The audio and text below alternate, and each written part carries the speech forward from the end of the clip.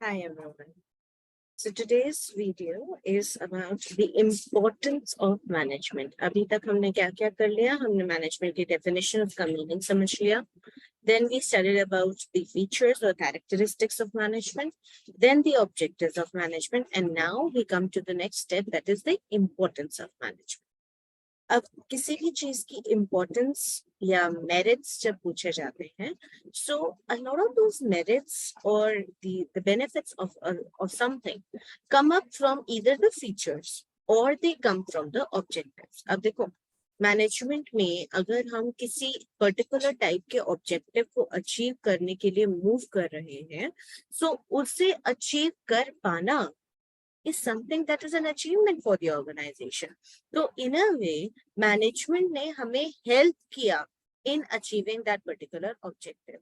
So that is why जो आप importance के हम points पढ़ेंगे, उसके अंदर आपको duplicacy दिखाई देगी. That is objectives of management जो थे, उसी से आगे बढ़ रहे हैं और बन रहे हैं हमारी importance of management. Importance क्या होता है? किसी चीज की अहमियत, किसी चीज की का benefit for us.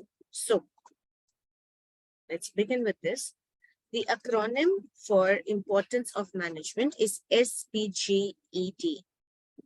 SPG कहाँ था? SPG था organizational objectives में, survival, profit, growth. इसके अंदर it is SPGET. What is SPGET? SPGET is helps in development of society, helps in achieving personal objectives, helps in achieving group goals, then increases efficiency and creates a dynamic organization. Acronym हमें help करता है in remembering the thing for a longer period of time. That is why I'm using them. Now, let's talk about the first one, that is management helps in achieving group goals.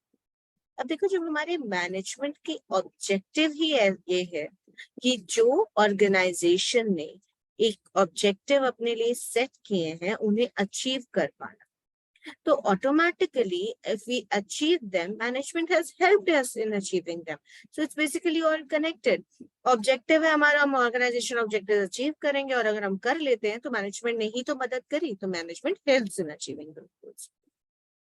Now organisation के अंदर जब एक group of people work together कर रहे होते हैं, हर worker की कोई स्ट्रेंथ होती है और कोई वीकनेस होती है. एक ग्रुप एज अ होल तब सक्सीड करता है जब उस ग्रुप के अंदर होने वाले जितने भी पीपल हैं, जितने भी लोग हैं, वो अपनी अपनी मैक्सिमम कैपेबिलिटी तक वर्क कर पा रहे होते हैं. दैट इज जब हम उनकी स्ट्रेंथ्स को यूज करते हैं for the benefit of the organisation और हम उनकी वीकनेसेस को इररिलेवेंट बना देते हैं. जैसे हमने पिछली क्लास में डिस्कस किया था कि हर इंसान के अंदर कुछ ना कुछ स्ट्रेंथ है. मे बी कोई इंसान कैलकुलेशन में अच्छा है, कोई दूसरा इंसान बोलने में, कन्विंसिंग पावर में ज्यादा अच्छा है, कोई तीसरा इंसान है वो कंप्यूटर साइंस के अंदर प्रेजेंटेशन वगैरह बनाने में ज्यादा अच्छा है, कोई चौथा है जो स्प्रेडशीट बनाने में ज्यादा अच्छा है. हर जॉब में हर स्किल की इक्वल रिक्वायरमेंट नहीं होगी. अब एक सेल्समैन है, उसे कन्विंसिंग पावर की जरूरत है, बट उसको कैलकुलेशन में या स्प्रेडशीट में या कंप्यूटर हैवी होने की इतनी जरूरत नहीं है. जो अकाउंटेंट है उसको कैलकुलेशन और स्प्रेडशीट बनानी आनी चाहिए, बट उसको कन्विंसिंग पावर होने की कोई इतनी जरूरत नहीं है. सो if we use every person's talent in the best possible manner, जिसके अंदर जो स्किल है, जो टैलेंट है, उसको वैसा ही काम दो जिस काम में वो शाइन करे. और जब हर इंसान, हर सिंगल एम्प्लॉय अपनी अपनी बेस्ट प्रोडक्टिविटी देगा तो ग्रुप के ऑब्जेक्टिव्स ऑटोमेटिकली अचीव हो जाएंगे. सो मैनेजमेंट स्ट्राइव्स होता है move towards to give a common direction to the efforts of different individuals working in a group towards the achievement of group goals. It works towards these goals by making strengths of the people employed in the organization effective and their weaknesses irrelevant. Weaknesses सब में होती हैं, लेकिन उन weaknesses को हम जरूरी नहीं है हम उन्हें ऐसा ही काम दें जिसमें उनकी weakness हमें hamper करे, हमारे work को hamper करे. Management creates teamwork and coordination in the group. Management एक foster करती है spirit of teamwork, where the people get to understand from day one that we are a part of the team and we have to achieve our objectives as a team. यहाँ individualistic attitudes को decrease किया जाता है और common group goals की तरफ ही सबको direction दी जाती है. Then management increases efficiency. Efficiency की बात हमने पहली वीडियो में करी थी. Efficiency का essentially मतलब होता है minimum resources use करके maximum output को generate कर लेना. तो जब हम मैनेजमेंट प्रैक्टिसेस को प्रॉपरली फॉलो करते हैं, जब हम हर चीज को पहले से प्लान कर रहे हैं, ऑर्गेनाइज कर रहे हैं, हम कंट्रोलिंग कर रहे हैं देखने के लिए कि हमारी वेस्टेज ऑफ रिसोर्सेज हो तो नहीं रही है, in this manner our resources will be used in the best possible manner. So it takes care that human, material and financial, we've talked about this, there are 3 types of resources in every organization, are used judiciously with minimum wastage. ये इसका मतलब ये नहीं है कि जितने की जरूरत है उतना मत लगाओ resources. रिसोर्सेस को जुडिशियली यूज करने का मतलब है उनका बेस्ट पॉसिबल यूज. जितने मिनिमम रिसोर्स यूटिलाइजेशन में हम मैक्सिमम और गुड क्वालिटी आउटपुट जनरेट कर सकते हैं उसे वैसे यूज करना है judicious, thus leading to decrease in cost and in turn increase in profits. अब इसका क्या कनेक्शन है बेटा? Revenue minus cost is equal to profit. That means जो गैप होता है कॉस्ट और रेवेन्यू के बीच में वो प्रॉफिट होता है. इस प्रॉफिट को बढ़ाने के लिए हम 2 चीजें कर सकते हैं. अगर हमारा रेवेन्यू इंक्रीज हो जाए और हमारी कॉस्ट पे कोई इफेक्ट ना पड़े, increase in revenue no change in cost, तब हमारा प्रॉफिट इंक्रीज हो सकता है. और अगर हमारा रेवेन्यू में कोई चेंज ना हो, नो चेंज, बट हमारी कॉस्ट कम हो जाए तो भी हमारा प्रॉफिट बढ़ सकता है. अब बेटा रेवेन्यू बढ़ाने का मतलब है कि तुम्हें लोगों के लिए प्राइस बढ़ानी पड़ेगी, वो हम थोड़ा अवॉइड करते हैं, वो हम चाहते हैं कि थोड़ा कम ही यूटिलाइज किया जा सके because the people will start again decreasing the demand and all. वो अपने इको में करा हुआ है. तो this is what we should aim at. अपनी कॉस्ट रिडक्शन करो. अपने कॉस्ट को हम जितना कम रखेंगे उतना ही हमारा प्रॉफिट इंक्रीज होगा. तो अगर हम अपने रिसोर्सेज को कम रिसोर्सेज में ज्यादा आउटपुट जनरेट कर पाएंगे तो ऑटोमेटिकली हमारी कॉस्ट डिक्रीज हो जाएगी और हमारा प्रॉफिट इंक्रीज हो जाएगा.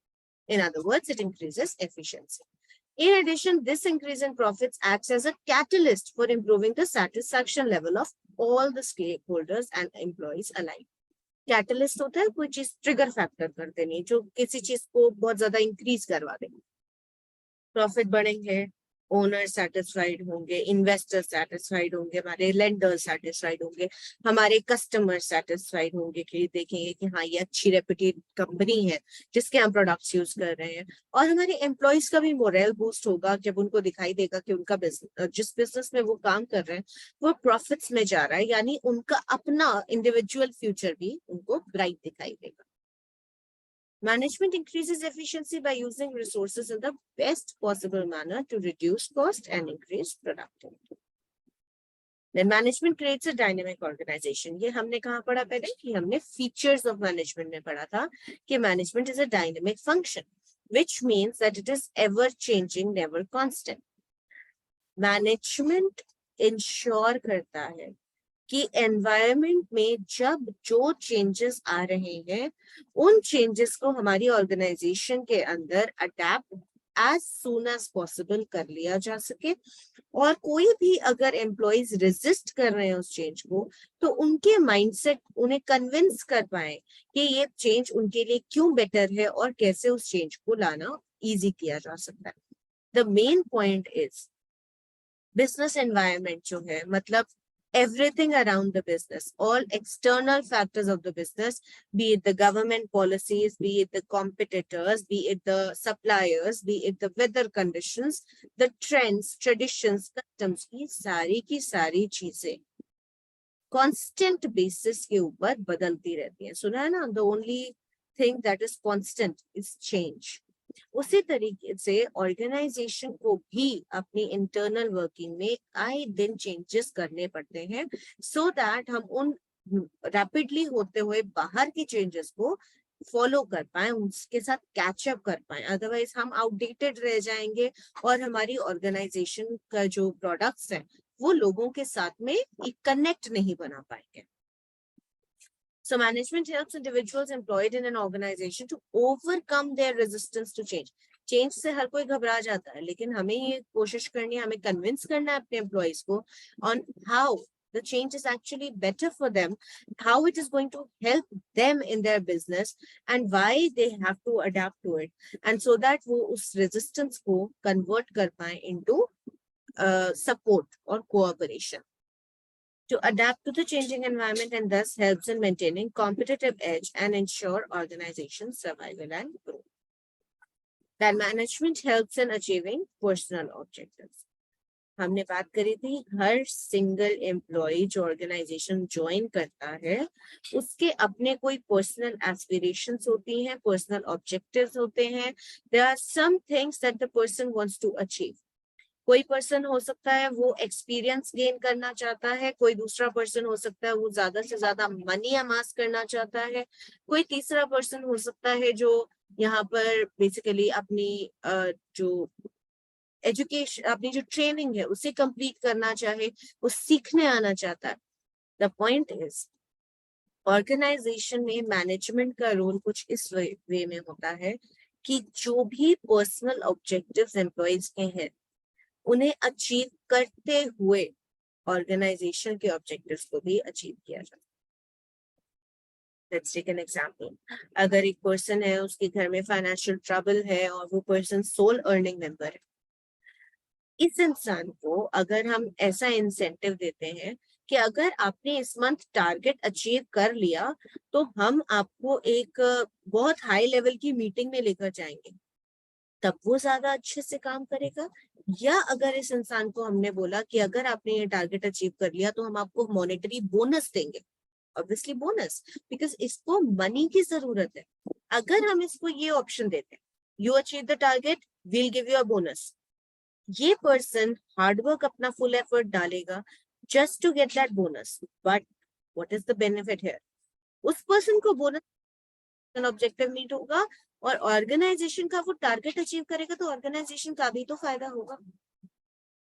इसी तरीके से if we talk about someone else, let's say वो अभी फ्रेश आउट ऑफ कॉलेज है, वो एक्सपीरियंस गेन करना चाहता है, ज्यादा से ज्यादा चीजें सीखना चाहता है, ऐसे इंसान को अगर हमने ऑप्शन दी कि आप टारगेट अचीव करोगे तो हम एक बहुत हाई लेवल मीटिंग में आपको साथ लेकर जाएंगे जहां आपको बहुत कुछ देखने को, सुनने को, सीखने को मिलेगा, तो ये चीज से वो इंसान अपने टारगेट अचीव करने में अपनी जी जान लगा देगा. And once this happens again, उसका पर्सनल गेन हो गया कि उसको वो मीटिंग में जाने को मिला, वहां से सीखने को मिला, बट ऑर्गेनाइजेशन का गेन हो गया, उसने टारगेट पहले अचीव भी तो कर लिया इसी के चक्कर में. सो management helps in achieving personal objectives, and then management helps in development of society. Society is nothing else than the bunch of people, all of us working together, living together. जब एक ऑर्गेनाइजेशन अच्छे quality के goods and services provide करेगी अपने customers को, यानी society में use करने के लिए गुड क्वालिटी प्रोडक्ट्स और अफोर्डेबल प्रोडक्ट्स अवेलेबल कराए जा रहे हैं, अगर अपनी एक ऑर्गेनाइजेशन अपने एम्प्लॉइज को खुश एंड सेटिस्फाइड रखती है, वो एम्प्लॉइज भी उसी सोसाइटी का पार्ट है, उनका स्टैंडर्ड ऑफ लिविंग बढ़ेगा, सोसाइटी का स्टैंडर्ड ऑफ लिविंग बढ़ेगा. अगर एक ऑर्गेनाइजेशन कुछ सोशल ऑब्जेक्टिव्स अचीव करती है, कुछ भी कोई बेनिफिट क्रिएट करती है सोसाइटी के लिए, कोई पार्क अडॉप्ट करते हैं या किसी हैंडीकैप पर्सन को जॉब प्रोवाइड करते हैं, किसी बैकवर्ड एरिया के अंदर जाके अपनी प्रोडक्शन फैसिलिटी सेटअप करते हैं जिससे कि उस एरिया के लोगों को गेनफुल एम्प्लॉयमेंट मिल जाए, इन सारे केसेस में we are helping in the development of the society as a whole. So this is all for the importance of management. We'll be meeting again for the next topic.